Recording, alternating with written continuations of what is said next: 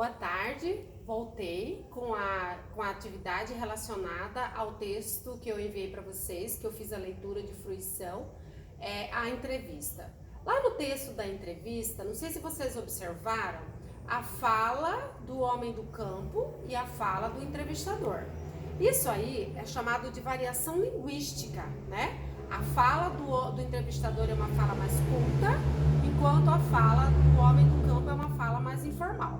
Eu vou ler para vocês um trechinho da questão da variação linguística, porque eu vou pedir que vocês pesquisem a questão regionalista do linguajar cacerense. A gente vai montar aí no caderno, pode ser do linguajar cacerense, linguajar nordestino, linguajar mineiro, o que vocês quiserem pesquisar sobre esse linguajar. São termos, por exemplo, o mineiro, ele fala uai, sou, né? O cacerense já tem outro termo, ou vote, né? Então vamos lá? A variação linguística, ela é um fato de uma língua ser usada de modos diferentes. A nossa língua, aqui em nosso país, no Brasil, em cada região, ela é usada de forma diferente. Então, são modos diferentes numa mesma comunidade. Por exemplo, um professor, ao explicar sua matéria, não usa a mesma linguagem que o narrador de uma partida de futebol. Uma pessoa que não frequentou a escola fala diferente de outra que estudou por anos a fio. E você, como os demais falantes da língua portuguesa, usa linguagens que variam de acordo com as situações.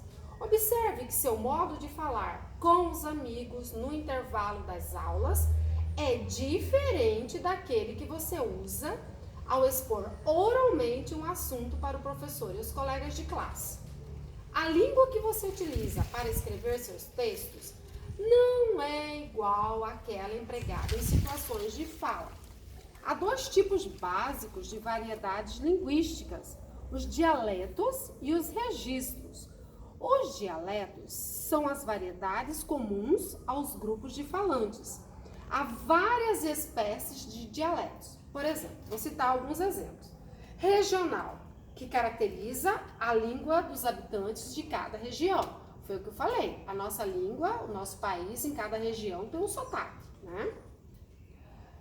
De geração, que diz respeito às características da língua no decorrer do tempo. Vai passando de geração em geração dentro da família.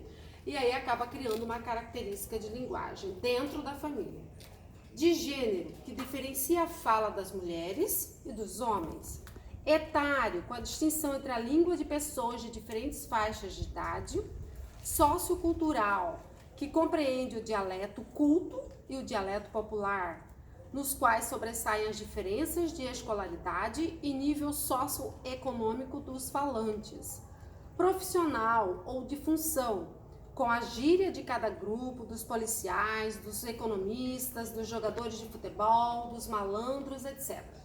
Não há dialeto melhor ou pior que o outro, mas sim dialetos que se distinguem por servirem à comunicação entre pessoas de grupos diferentes. Quem desenvolve preconceito em relação ao dialeto popular ou a certos dialetos regionais mostra que desconhece a função primordial do dialeto. Qual que é a função primordial do dialeto? Possibilitar o uso da língua entre os falantes dos vários grupos.